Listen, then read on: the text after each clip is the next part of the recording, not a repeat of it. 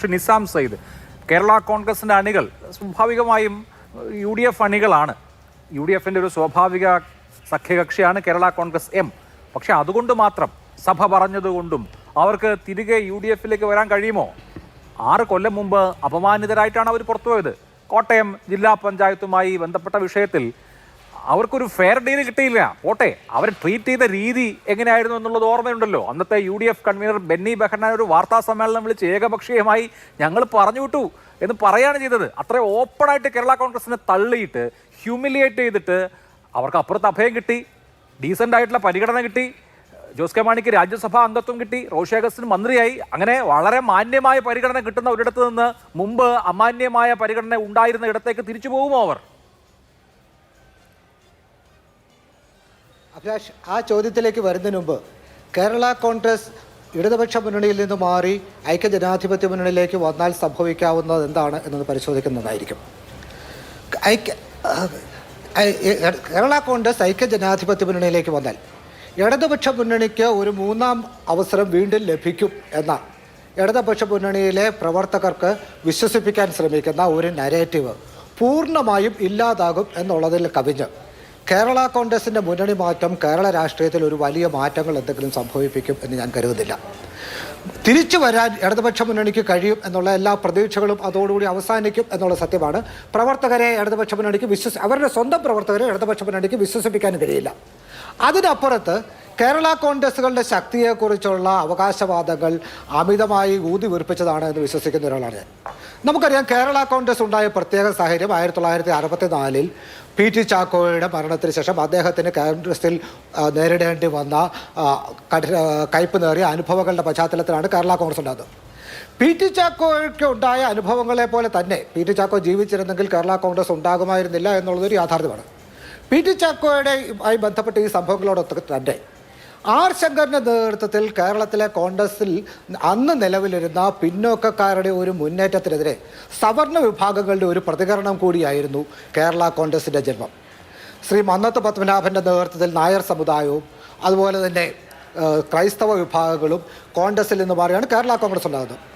1967 ആകുമ്പോൾ തന്നെ R ശങ്കർ കോൺഗ്രസിന്റെ നേതൃസ്ഥാനത്ത് മാറുമ്പോൾ മന്നത്ത് പത്മനാഭന്റെ നേതൃത്വത്തിലുള്ള ആളുകൾ നായർ സമുദായം ഏതാണ്ട് പൂർണ്ണമായി ഒത്തിരി വർഷം മുമ്പുള്ള ചരിത്രമല്ലേ. അതിനുശേഷം ഒരുപാട് വെള്ളം ഒഴുകിപ്പോയി. നമുക്കറിയാം, ഒരുപാട് മാറ്റങ്ങൾക്ക് വിധേയമായി കേരള രാഷ്ട്രീയം.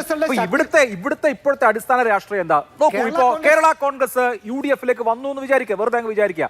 കേരള കോൺഗ്രസ് UDFിലേക്ക് വന്നാൽ ചങ്ങനാശ്ശേരി, കാഞ്ഞിരപ്പള്ളി, ഇടുക്കി, പൂഞ്ഞാർ അടക്കമുള്ള ആ ബെൽറ്റുണ്ടല്ലോ, ഈവൻ നമ്മുടെ ഇപ്പോഴത്തെ വാസവന്റെ മണ്ഡലം പോലും ഏറ്റുമാനൂർ അടക്കം ഏതാണ്ട് LDFന് എഴുതിത്തള്ളിയ അവസ്ഥയിലേക്ക് പോകേണ്ടി വരും. കോട്ടയം ജില്ലയിൽ അല്ലെങ്കിൽ മധ്യ കേരളത്തിലൊരു സമ്പൂർണ്ണ വിജയത്തിലേക്ക് UDF എന്ന് നമുക്ക് ഉറപ്പിച്ച് പറയാൻ കഴിയും. പക്ഷേ LDFിലാണ് ഇവർ നിൽക്കുന്നത് എങ്കിൽ അവിടെ ഒരു ഫൈറ്റിംഗ് ചാൻസ് വരെയാണ്. ഒരു പക്ഷേ ഈ മണ്ഡലങ്ങളൊക്കെ റീറ്റേൺ ചെയ്യാം. അപ്പോൾ കേരള കോൺഗ്രസിന്റെ മുന്നണി മാറ്റം ഒരു പ്രതിഫലനവും ഉണ്ടാക്കില്ല എന്ന് നമുക്ക് പറയാൻ പറ്റില്ല. ഈ ചോദ്യത്തിന്റെ അടിസ്ഥാനം 2021 തെരഞ്ഞെടുപ്പിൽ കേരള കോൺഗ്രസിന് ഉണ്ടായ വിജയത്തെ അടിസ്ഥാനമാക്കിയാണ്. 2021 തെരഞ്ഞെടുപ്പിൽ യഥാർത്ഥത്തിൽ കേരള കോൺഗ്രസിനുണ്ടായ കേരള കോൺഗ്രസ് മാണി ഗ്രൂപ്പിനുണ്ടായ വിജയം ആ പാർട്ടിയുടെ ശക്തി കൊണ്ടാണ് എന്ന് ഞാൻ ധരിക്കുന്നില്ല. കേരളത്തിൽ ആകമാനം പൊതുവെ ക്രൈസ്തവ വിഭാഗങ്ങൾക്കിടയിൽ ഉണ്ടായ ഒരു മുസ്ലിം വിരോധം, ആ മുസ്ലിം വിരോധം സ്വാഭാവികമായി ഉണ്ടായതല്ല, അതിനൊരു ചരിത്രമുണ്ട്. അത് പിന്നീട് അവസരത്തിൽ ഞാൻ പറയാം.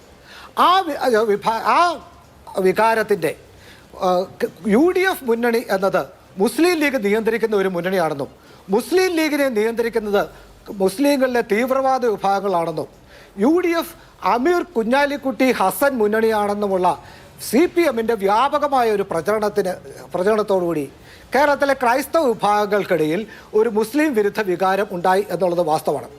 ആ മുസ്ലിം വിരുദ്ധ വികാരത്തെ UDF വിരുദ്ധ വികാരമായി മാറ്റുന്നതിൽ CPM വളരെയധികം ഒരു വലിയ തോതിൽ വിജയിക്കുകയും ചെയ്തു.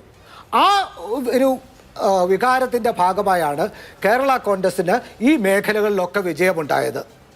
ആ വികാരം തണുക്കുന്നതോടുകൂടി ഏതാണ്ട് പുതുപ്പള്ളി ഉപതെരഞ്ഞെടുപ്പോട് കൂടി തന്നെ കേരള കോൺഗ്രസ് ജോസ് കെ മാണിയുടെ ശക്തി എന്ന് പറയുന്നത് യാഥാർത്ഥ്യബോധത്തിൽ അടിസ്ഥാനമാക്കിയുള്ളതല്ല എന്ന് വ്യക്തമായിരുന്നു. കേരള കോൺഗ്രസിന് ശക്തിയുണ്ടെന്ന് വിശ്വസിച്ചിരുന്ന അകലക്കുന്നം, അയർക്കുന്നം പഞ്ചായത്തിലൊക്കെ വളരെ വലിയ തോതിൽ UDF സ്ഥാനാർത്ഥി ലീഡ് ചെയ്തു. അതിനുശേഷം വന്ന ലോക്സഭാ തെരഞ്ഞെടുപ്പിൽ കേരള കോൺഗ്രസിന്റെ സ്ഥാനാർത്ഥി ശ്രീ തോമസ് ചാഴികാടൻ വലിയ പരാജയമാണ് കോട്ടയം അസംബ്ലിയിൽ ഏറ്റുവാങ്ങിയത്. തുടർന്ന് നടന്ന പഞ്ചായത്ത് തെരഞ്ഞെടുപ്പിൽ സംഭവിച്ച എന്താണെന്ന് നമുക്കെല്ലാം അറിയാം. കോട്ടയം, ഇടുക്കി, പത്തനംതിട്ട എന്ന കേരള കോൺഗ്രസിന്റെ ശക്തി കേന്ദ്രങ്ങളാണെന്ന് വിവക്ഷിക്കുന്ന എല്ലാ മേഖലകളിലും ജില്ലാ പഞ്ചായത്ത് കോൺഗ്രസ് പിടിച്ചെടുത്തു.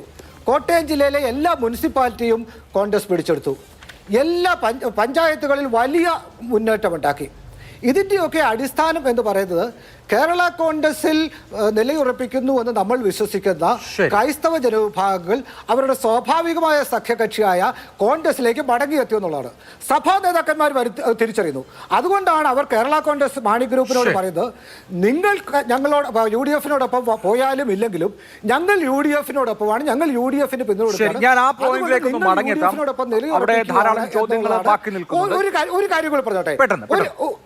ഒരു കാര്യം കൂടി പറഞ്ഞോട്ടെ. കേരളത്തിലെ രാഷ്ട്രീയത്തിലെ നരേറ്റീവുകളെ തീരുമാനിക്കുന്നത് ചെറിയ കക്ഷികളാണ് എന്ന് ഞാൻ വിശ്വസിക്കുന്നില്ല. ചെറിയ കക്ഷികൾ മുന്നണി മാറുന്നതും മാറാത്തതും കേരളത്തിലെ തെരഞ്ഞെടുപ്പുകളെ ആത്യന്തികമായി സ്വാധീനിക്കുന്നില്ല. നമുക്കറിയാം, RSP കഴിഞ്ഞ 2 തെരഞ്ഞെടുപ്പുകൾക്ക് മുമ്പ് UDF-ലേക്ക് വന്നു. RSPയുടെ വരവ് UDF-നെ ഏതെങ്കിലും രീതിയിൽ സ്വാധീനിച്ചോ? കേരളത്തിലെ ഒരു പൊതുവായ വികാരത്തിനനുസരിച്ച് കൊല്ലം ജില്ലയിലും ഫലമുണ്ടായി. കേരളത്തിൽ ഈ പ്രാവശ്യമുണ്ടായ പൊതുവായ വികാരം എന്താണോ അതായിരിക്കും കോട്ടയം ജില്ലയിലും പ്രതിഫലിക്കുന്നത്. അത് കേരള കോൺഗ്രസിന്റെ വരവോ പോക്കോ കൊണ്ടായിരിക്കുകയില്ല. കേരള കോൺഗ്രസ് തീരെഴുതി നൽകുന്ന ഒട്ടേറെ മേഖലകളിൽ കഴിഞ്ഞ 5 വർഷത്തിനുള്ളിൽ സംഘടന വളർത്താൻ കോൺഗ്രസിന് സാധിച്ചിട്ടുണ്ട്. അതിൻ്റെ പ്രതിഫലനം ഈ പഞ്ചായത്ത് തെരഞ്ഞെടുപ്പിൽ ഉണ്ടായിട്ടുണ്ട്. അവിടെയൊക്കെ ഇനിയിപ്പോൾ കോൺഗ്രസ് വീണ്ടും കേരള കോൺഗ്രസിന് വിട്ടുകൊടുക്കുക എന്നുള്ളത് കോൺഗ്രസിനെ സംബന്ധിച്ചിടത്തോളം ആത്മഹത്യാപരമായിരിക്കും. ശരി, ഓക്കെ, അതാണ് താങ്കളുടെ പോയിന്റ്. കോൺഗ്രസ് നേതാക്കൾ ആ വികാരം മുമ്പ് പങ്കുവച്ചിട്ടുണ്ട്. പക്ഷേ കേരള കോൺഗ്രസ് പോയി കഴിഞ്ഞപ്പോൾ അയ്യോ ഇവർ പോയതാണല്ലോ തോൽവിക്കിടയാക്കിയതെന്ന് പരിതപിച്ചിട്ടുണ്ട്. ഞാൻ ആ പോയിന്റിലേക്ക് മടങ്ങിയെത്തുന്നു.